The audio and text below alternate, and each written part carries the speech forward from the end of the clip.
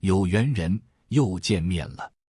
有人讲，社会切切实实就是一个草台班子，越早洞察到这个真相，就能越早活开。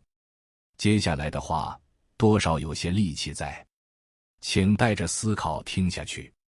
老规矩，听前先点赞的人，你会越来越有钱。人所有的唯唯诺诺、自卑、自我否定、压抑以及失败，都源于把社会和周围的人想得太强大、太完美了，却没有洞察到他们内里的空虚。一旦你洞察到这种空虚，一切在你眼里都是纸老虎，根本不存在值得你仰视的人和物，你也根本没必要觉得自己一无是处。即便你一无所有，你依然可以昂起头，挺起腰杆，潇潇洒洒做人。学校就是草台班子，学校最大的功能是培养螺丝钉，让螺丝钉为社会创造财富的同时，保持社会稳定。为此，学校最大的工作就是用弱势文化去塑造人，积极削弱打压人本就具有的强势属性。最好用的工具就是儒家理念，仁义礼智信，温良恭俭让。一番操作下来，老虎也会变成小绵羊。学校并不希望你将来赚大钱，活得爽。你平庸了，学校就放心了，政府也放心了。老师本身就是市场经济竞争下的失败者，从学校到学校，他们基本没有接触过真正的商业世界。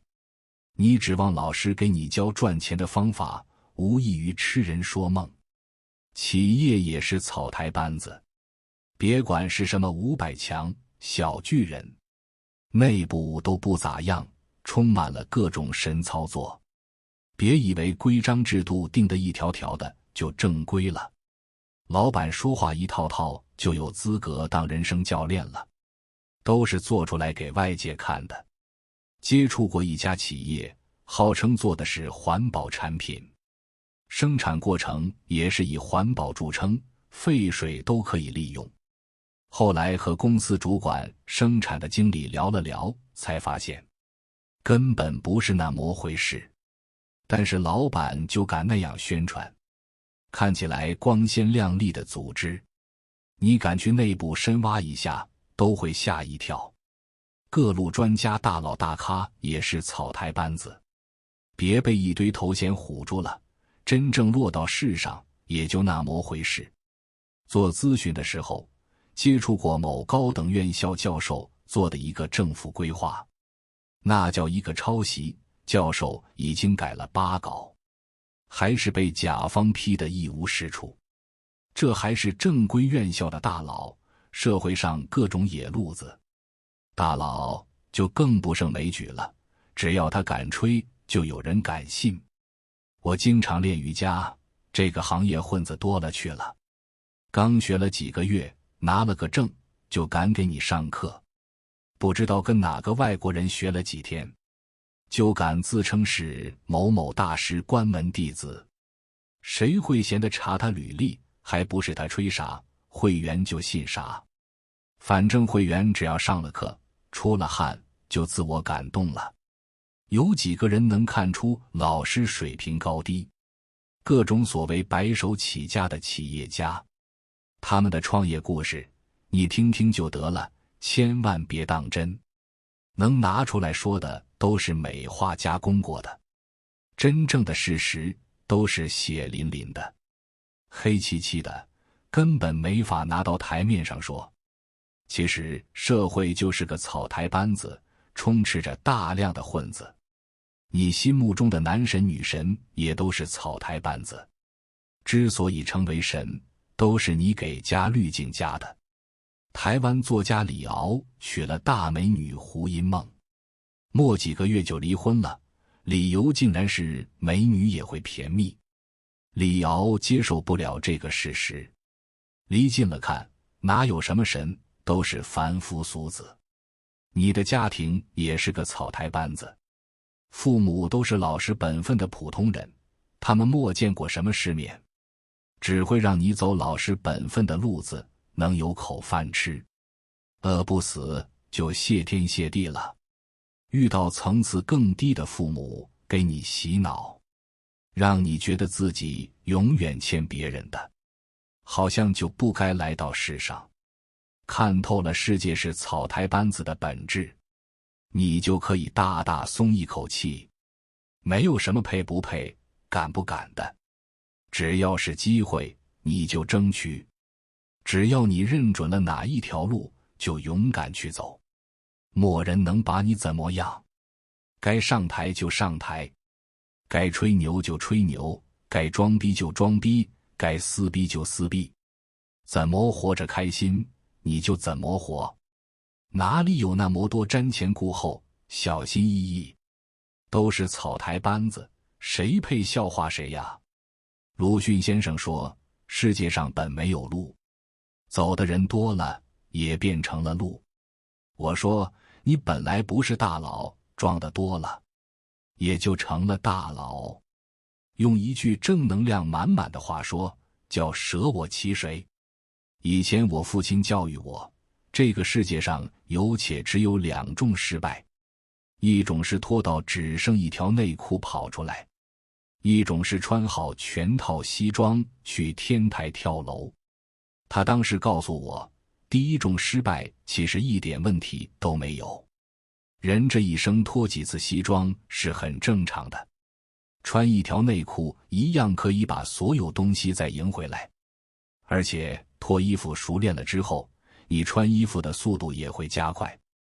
等到有一天回过头看，脱到只剩内裤跑出来，可能反而成为可以一笑而过的趣事。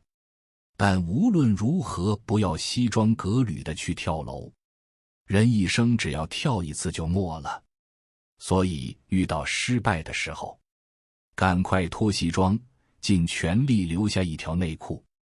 这个理念让我在生活中无数次只剩一条内裤就跑了出来。事实证明，确实如他所说，很多以前看起来不可接受的失败，过几年甚至过几个月都可以拿出来当笑话讲。而且我穿衣服越来越熟练了。然而有一种残忍的现象，我经常看到，但我一点也不理解。有很多人明明只穿了一条内裤，面对失败却要装成西装革履的样子往天台上跑。富人们这样对孩子说，孩子一定要记住，我们的利润始终来自于工具人的廉价劳动和盲目消费。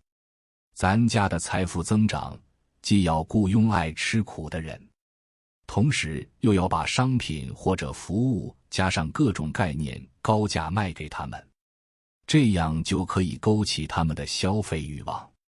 如果他们买不起，我们可以借钱给他们，最后将债务变成锁链套在他们身上，不然再多的财富你也守不住。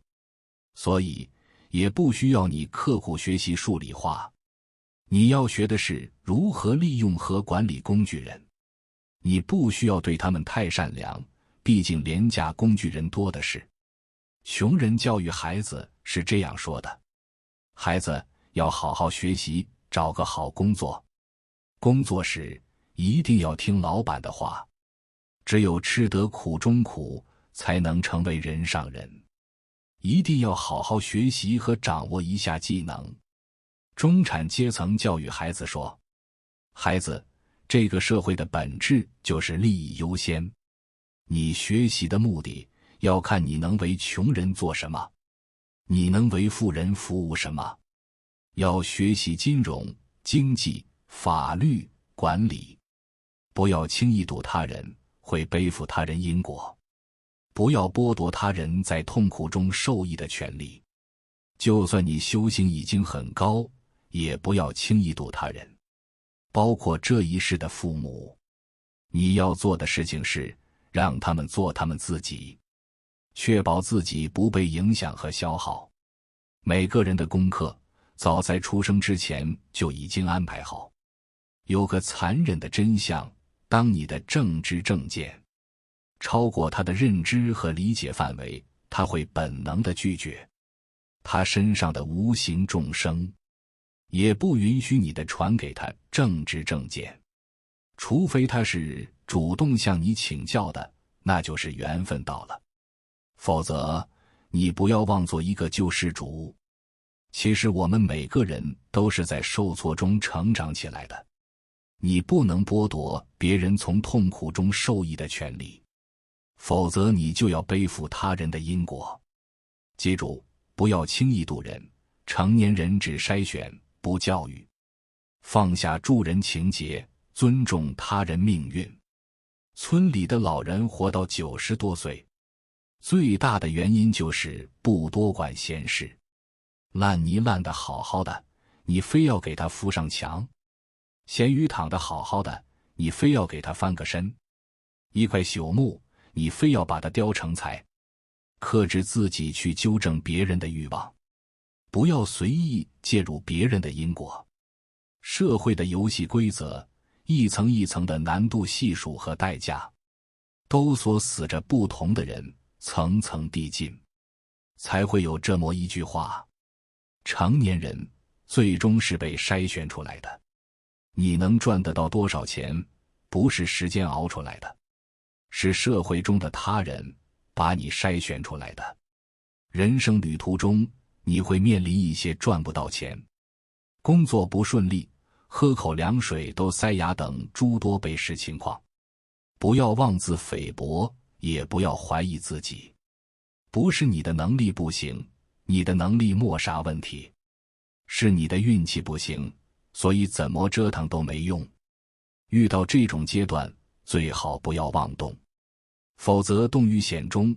好好利用这个时间休整，再重新出发。人的核心竞争力其实顺势而为的能力，得意和失意都不忘形，就是一个人的顶配。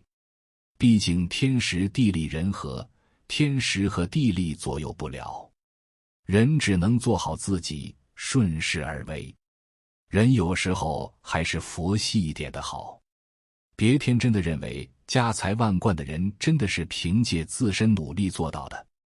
有些东西你看不见，不代表它不存在，所以别想着去改变自己的阶层。或许你拥有的东西正是那个阶层的人所缺少的，在你能够蹦跶的范围内蹦跶就行了。真强行挤到那个阶层，一来是你不太可能具备这种能力，有些东西生下来没有，那就真的没有。二来是即便到了那个阶层，你失去的会比拥有的多。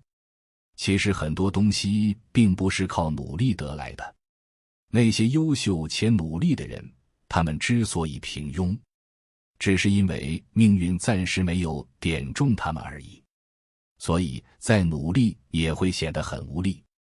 虽然很多东西不是靠人为可以改变的，但是你要知道，天地万物的规律始终是动态的，它是从有到无，再从无到有无限循环的过程。所以你一定要积极乐观地面对生活，然后随时等待，有一天命运也会点中了你。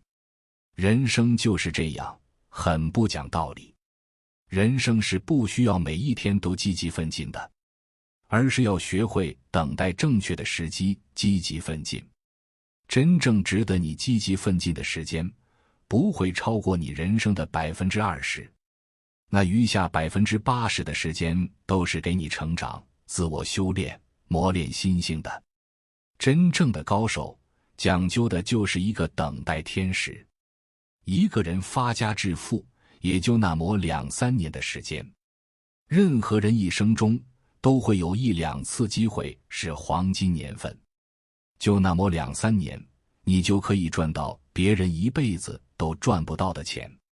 这2-3年就是走一步好大运中的那几个好年份。在此年份尚未到来之前，先让自己拥有匹配这笔财富的能力和认知，不要想着做高人用高招。从古至今，世人崇尚的都是高人、救世主，因为他们有救人于水火的秘籍。可这些东西终究只存于小说情节亦或影视情节中，现实里没有那么多高人高招。所谓高人，无外乎把一件事做到顶尖，做到极致的人，高人所使的招数便是高招。而所谓高招，无非就是按照规律做事，实事求是的走，而非好高骛远，剑走偏锋。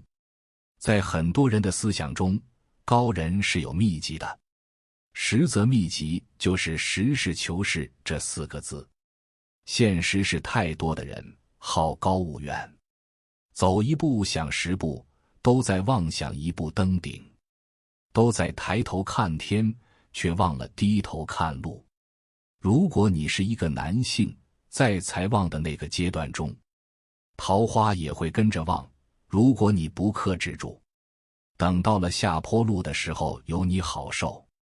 如果是一个女性，桃花旺的阶段，事业也会跟着上升，不管男女。巧妙运用好这个 bug， 能省很多事。年少有为本就是逆天而行，大器晚成才是天地之正道。如果你24、25岁就风光无限，月入10万，那就要做好30多岁以后走下坡路的准备。财不发少年人，年少发达致富的，后半生大多光景不好。因为这就是自然规律，规律是不以人的意志为转移的。随着年龄增大，你会慢慢地发现和经历这个社会的黑暗和复杂。希望到那个时候，你能够跳出来，仍然用简单淳朴的眼光去看待这个社会。如能做到，你便是那个通透的人，便能达到那个看山不是山之后的看山是山之境界。很多时候，要学会反其道而行之。就好比别人都在学怎么样识人，你就要学怎么样让别人识你。当这种被动转换为主动的时候，你会发现一个新世界的。我常说的一句话，真正的智慧都是反人性的，其他方面也可以如法炮制。母若出商贾，父强作使郎，足望留原籍，家贫走他乡。父母弱，就要学着做生意去改变命运；父母强，就要学会背靠大树去入仕为官。如果宗族很强，就利用家族名望在本地发展；那如果家境贫寒，就需要远走他乡去寻找出路了。聊回来草台班子这个话题，还有一个说法是，高段位的狠人巴不得这世上都是草台班子。你以为是草台班子，以为随便搞搞就行的事情，那是因为你站在局外看，并没有看到事物的全貌，所以容易把事情往简单了想。可你如果身处局内，接触到很多局外接触不到的信息，看到许多局外看不到的线索，也许就不会这么判断。记住，立场不同，视角不同，分析问题的出发点不同，得出的结论也会大不相同。其实不妨跳脱出来看，这个世界到底是不是草台班子，根本不重要，因为跟你没有任何利害关系。它是或者不是，都无法给你的个人成长带来任何启发，反而徒增不必要的精神内耗，得不偿失。相反，更值得你思考的问题是，如果这个世界在某些地方真的是草台班子，那么怎么做才能赢过这些草台班子，甚至摆脱这些草台班子，而不是你也躺平做一个草台班子？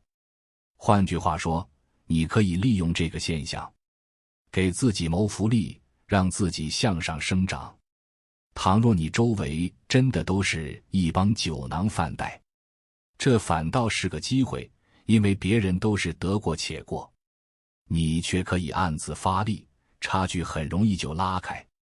这就好比大家都是一条街上卖包子的，其他人的包子都是口味平淡，用料敷衍，只有你去研究附近居民的口味偏好，不断研发新的包子品种，还想办法降低生产成本，想奇招去做推广宣传，那么过不了多久，你就能把这些草台包子铺甩得远远的。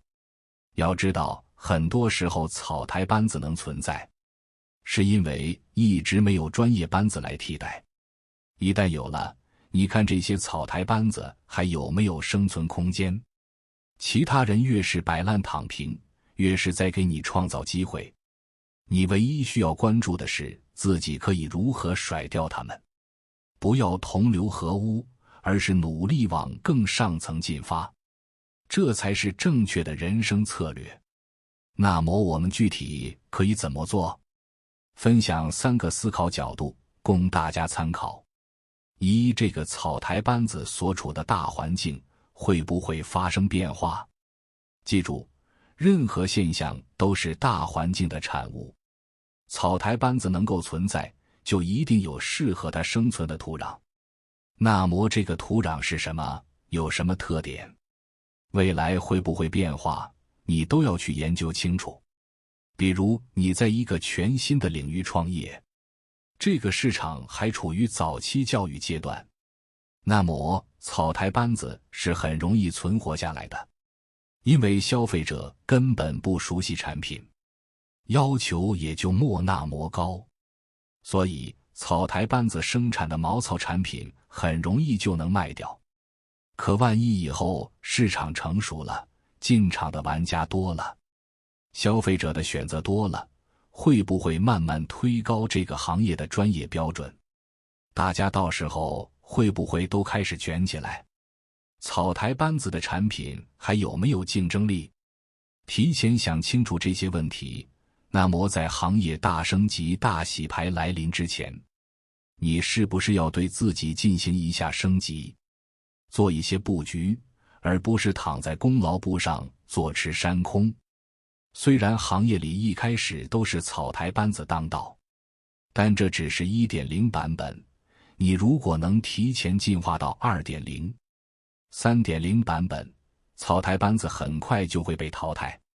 2，这个草台班子的核心竞争力是什么？没错，草台班子也有竞争力，只是你没有看到，没有发现，或者你不认为这是核心竞争力。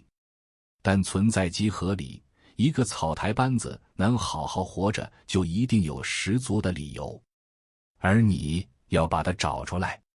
比如，很多部门的领导在底下员工看来就是纯傻叉，每天正事不干，只知道坐在房间里吹牛逼，简直大草包一个。但你想过没有，这样一个明眼人都看出来不中用的人，为什么能在领导位置上坐那么久？为什么这样一个人能稳稳拿住客户？他究竟是给老板灌了什么迷魂汤？就像我们都知道和珅是个大贪官，成事不足败事有余，但为什么乾隆要一直留着他？想过没有？这些问题背后有没有一个合理的解释？有没有一个你之前没想过的玄机？有没有值得你借鉴、学习、吸收过来为己所用的地方？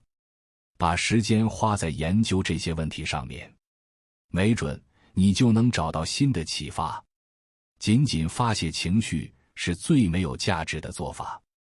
3，这个草台班子的致命弱点在哪里？电影《教父》里有一句经典名言：和你的朋友走近一点，但是离你的敌人要更近。意思是，你只有深入了解对方，才能全面分析对方，在这个分析的过程中慢慢梳理出全貌，最后找到打败对方的关键点。用今天流行的话来说，就是接近草台班子，理解草台班子，干掉草台班子。所以我们不妨暂时放下成见，用一个尽量客观的尺度去看待草台班子，调查草台班子，去把草台班子给掘地三尺，找到它的致命弱点。比如，你发现这个草台班子还在用过时的思路解决全新的问题，那么他们会不会被淘汰？什么时候被淘汰？会被什么东西淘汰？多去想想。再比如，这个草台班子还在提供质量差劲的服务，但已经满足不了广大用户更专业的需求。那么你能不能在某些地方超越他们，给到用户更快、更便宜、质量更好的选择？有大格局的人看待一切事物想的都是我能从中学到什么，而不是我很讨厌的。如何为自己所用，才是你一切思考都要紧紧围绕的核心命题。最后多说一句，尽管这个世界确实有很多草台班子，但你有的是机会打败他们，而不是选择同流合污。有缘人，感谢你能听到这里。如果你感受到了收获，请订阅这个频道，我会持续为你分享和传递智慧。如果你有所感悟，欢迎在评论区留言，与大家一起交流你的心得。期待我们下次缘分的遇见。